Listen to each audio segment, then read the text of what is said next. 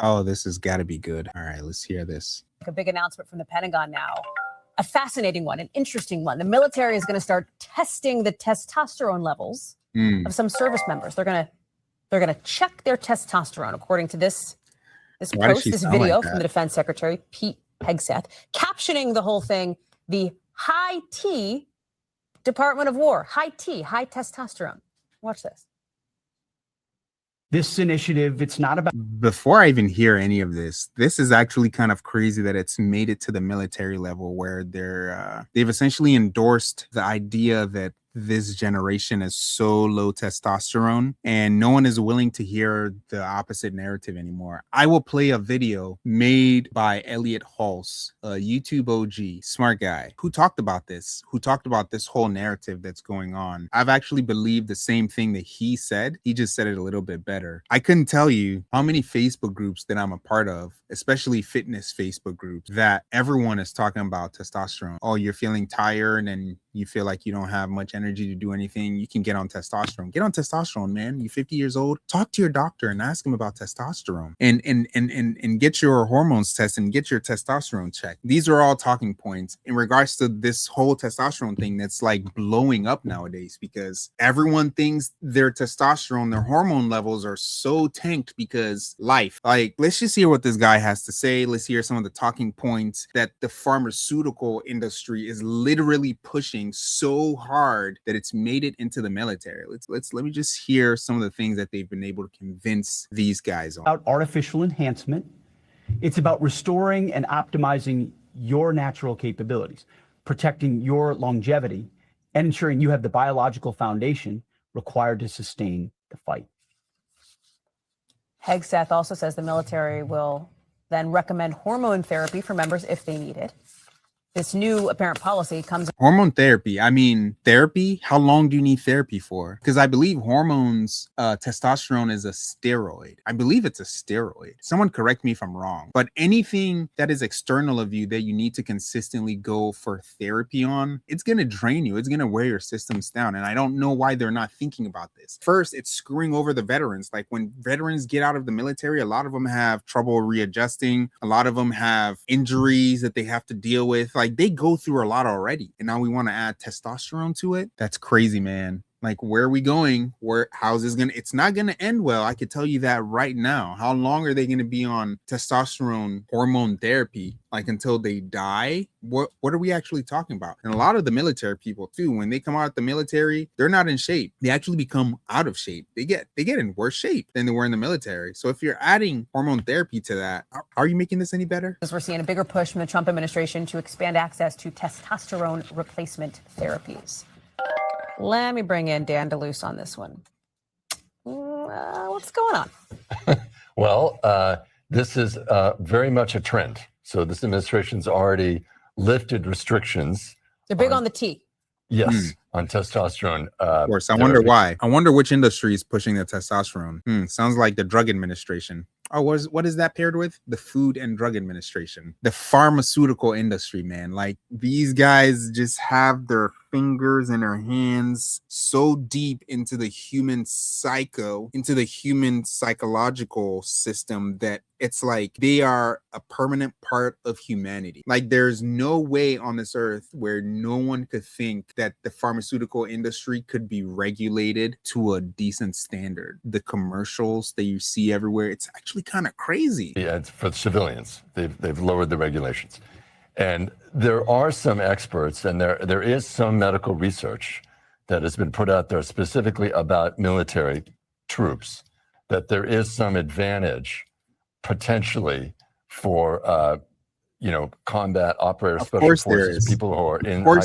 Of course there's an advantage. And then what happens when the advantage runs out and they're not in the military? No one's going to be in the military for their whole life. So once they retire from the military, where's the advantage then? What are they going to do, right? Like someone's going to have to be paying for these guys to remain on hormone therapy because I'm pretty sure it's going to destroy their system. Like, why is this even a conversation? Situations to have access to this kind of treatment. Okay.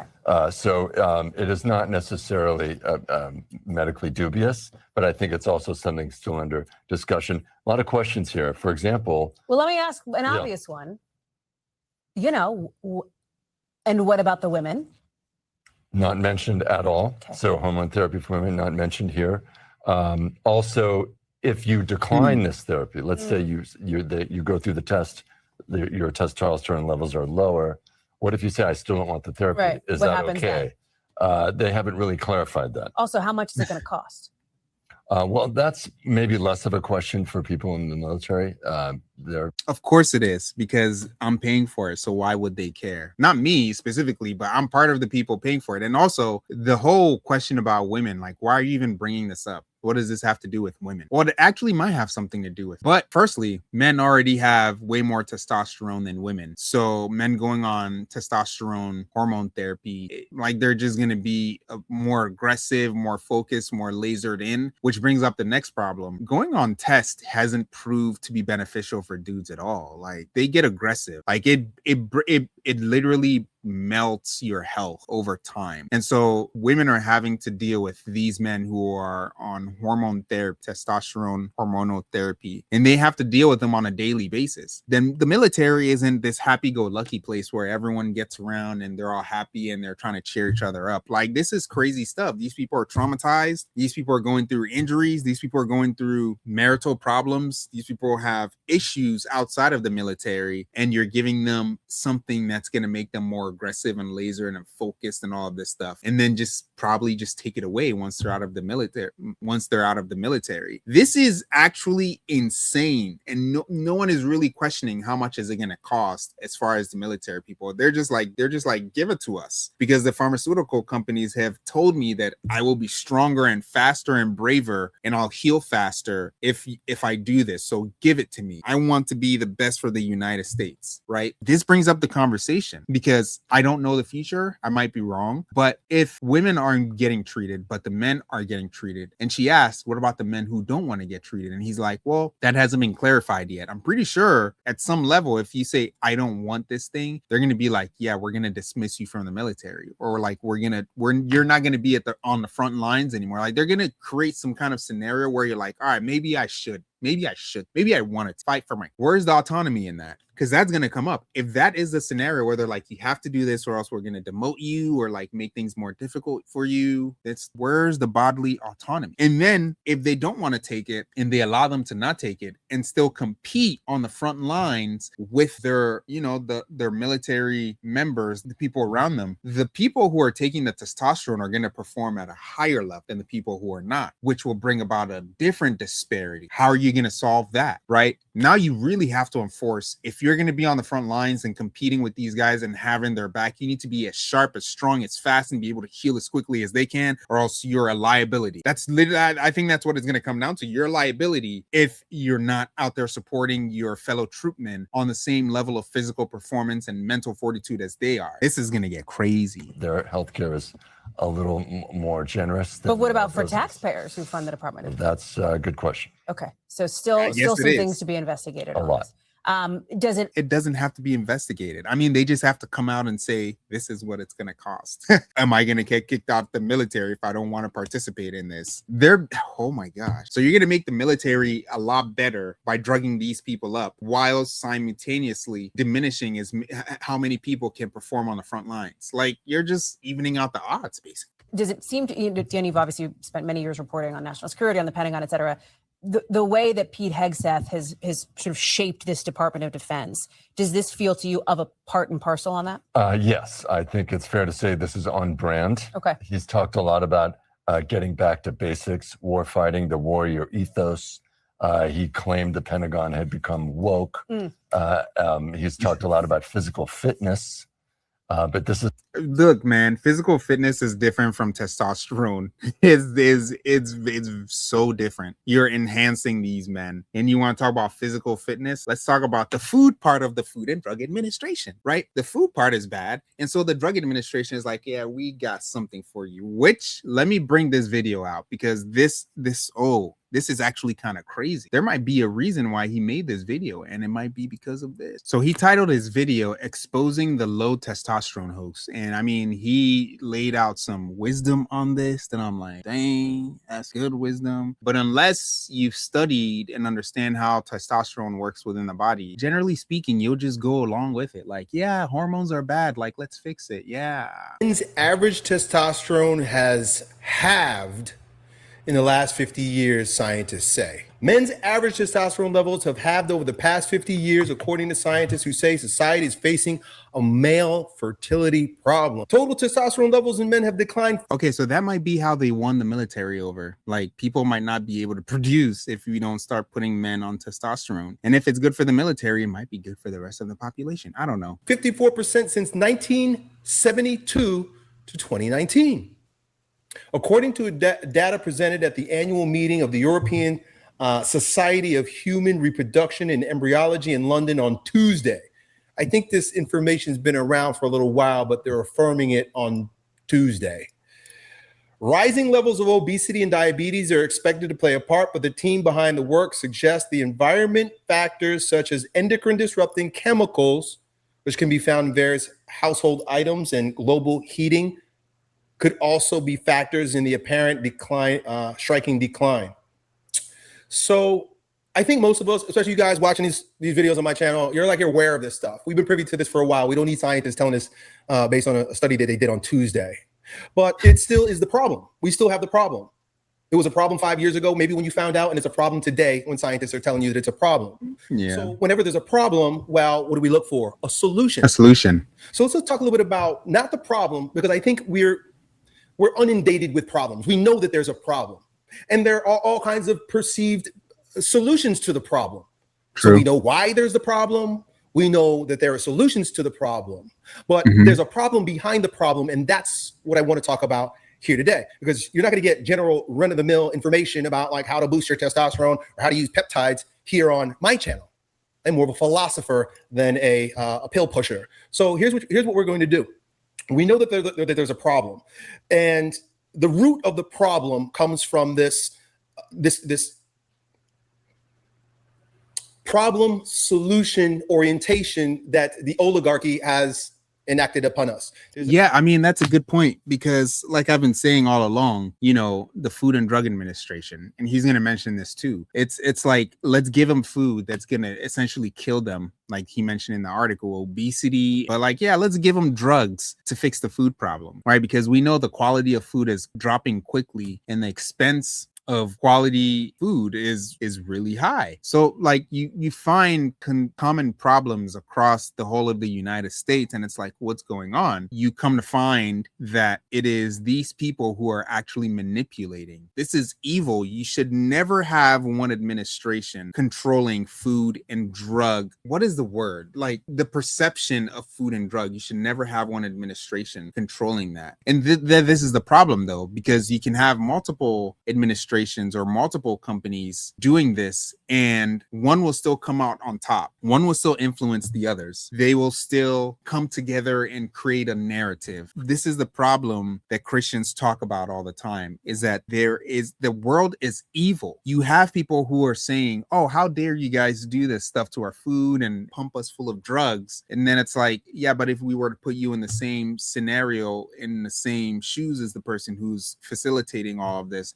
you would probably do the same thing too, unless you had something outside of you telling you that, hey, this is wrong. You would follow your internal narrative and you would end up in the same shoes that all of these people have ended up in. And that's the problem, is people think that they can control the power until they hold the power, and they come to understand what holding the power means. It means that you have to let the power do what the power wants to do. Like when lightning strikes, that's a magnificent display of power. It's just beautiful, and at the same time frightening when you see lightning strike. Like, do I want to possess that kind of power? Yeah, it would be really interesting to possess that kind of power. Can you possess that kind of power without it destroying you? But what if you had a conductor or something that allowed the power to be contained? Yes, you can still possess the power, but something else is containing the power. Now we're talking about a container to contain the thing, and that's what I'm talking talking about is your internal narrative is the container for the power, but these people don't have an internal narrative strong enough. And so when they get elected, when they get into these seats, when they get into these corporations, the power consumes them because they think they're going to make a change, but you can't make a change in a system that's already broken. You have to tear it down and start over with a new narrative in mind. And I think that summarizes basically all the political issues. Like, you have certain people who have this internal narrative thinking they're going to do something until they get there. And they're like, oh, there are like 50 billionaires around me right now telling me to do this thing or else I'm out of here.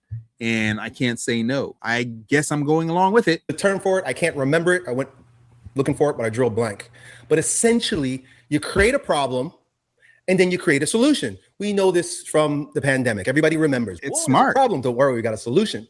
It's smart. Well, according to studies that I've seen, or books I've read, or resources I've come across, we know that the Rockefeller Foundation, the Rockefellers, part and parcel of this process of creating problems and then offering solutions.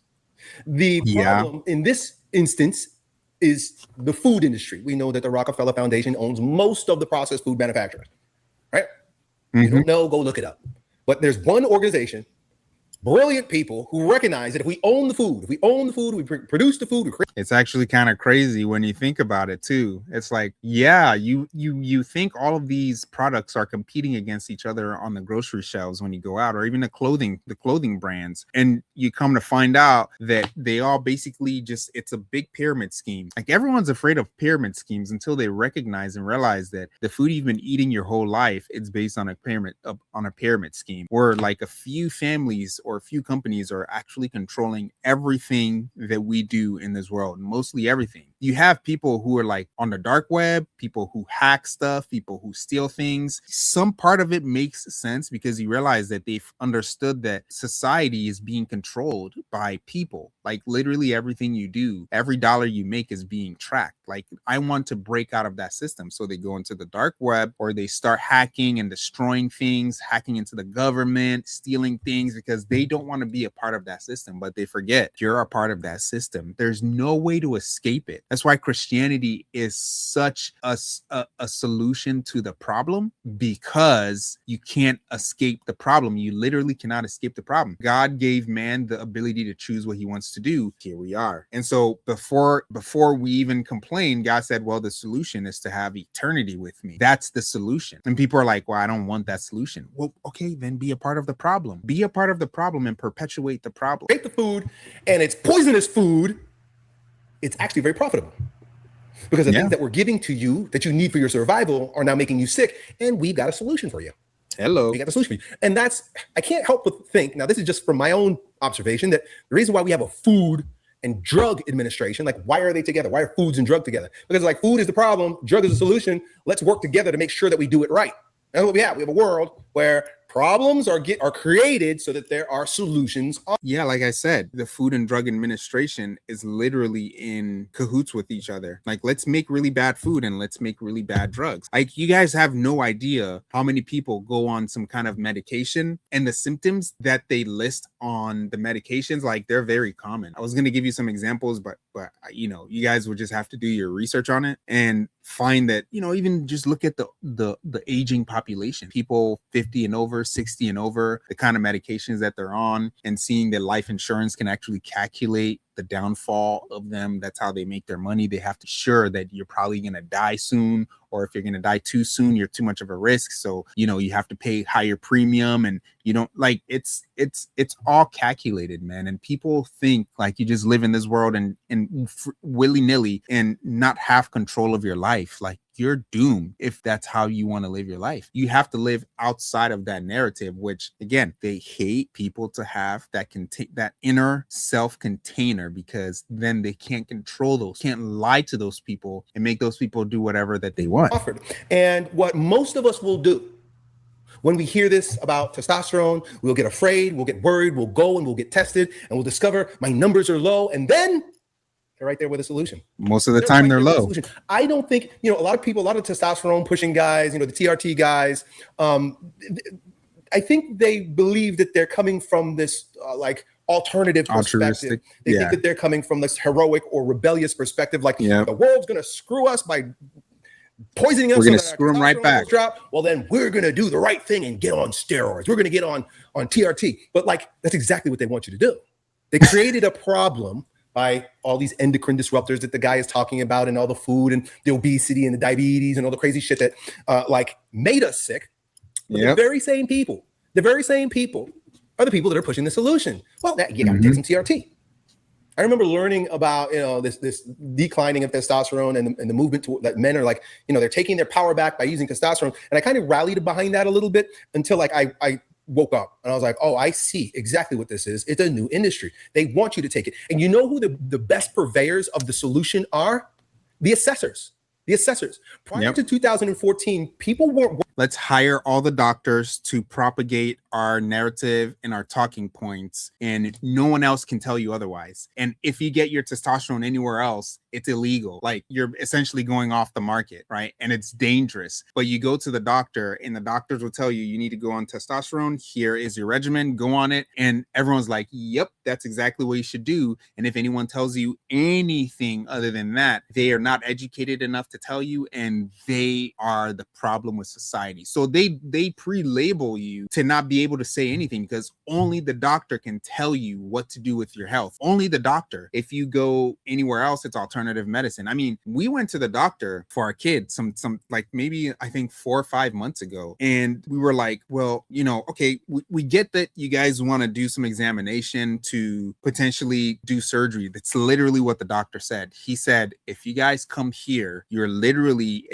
doing examinations and maybe going on a drug or here or there to essentially have surgery. That's basically what you're doing here when you come here. And we're like, what the what? And right there I was like, oh, so do you guys offer any do you guys advise for us to participate or to pursue any alternative kind of perspectives or prescriptions that wouldn't end up with our kid having surgery? And he was like, no, we don't do that here. Are you serious? So I'm literally here for you to give me some specific kind of drugs, and if they don't work, we're just going to go to surgery. And he was like, yeah, this surgery is actually really common. It's not a big deal at all. Are you kidding me? So you have the paid doctors to parrot a narrative telling you that it's okay to do this thing, and most people rally around that, forgetting that drugs and medication come from plants and certain types of foods and all of these things. Like, people forget that because they've painted a nice little bubble for you to sit in and sleep in with all of the symptoms and side effects that's literally killing you. Like, when you get that narrative into your brain, you begin to understand the kind of sick game that we're in. But guys, go ahead and check out this video. I will link the news article below. You can go ahead and rewatch that if you want to. But this is insane. And he posted this video 2 weeks ago before all of this military stuff came out. So it's like, wow, that's crazy. I know you got something out of this. Drop your thoughts below, like the video, share it, and I'll catch you guys later. Peace.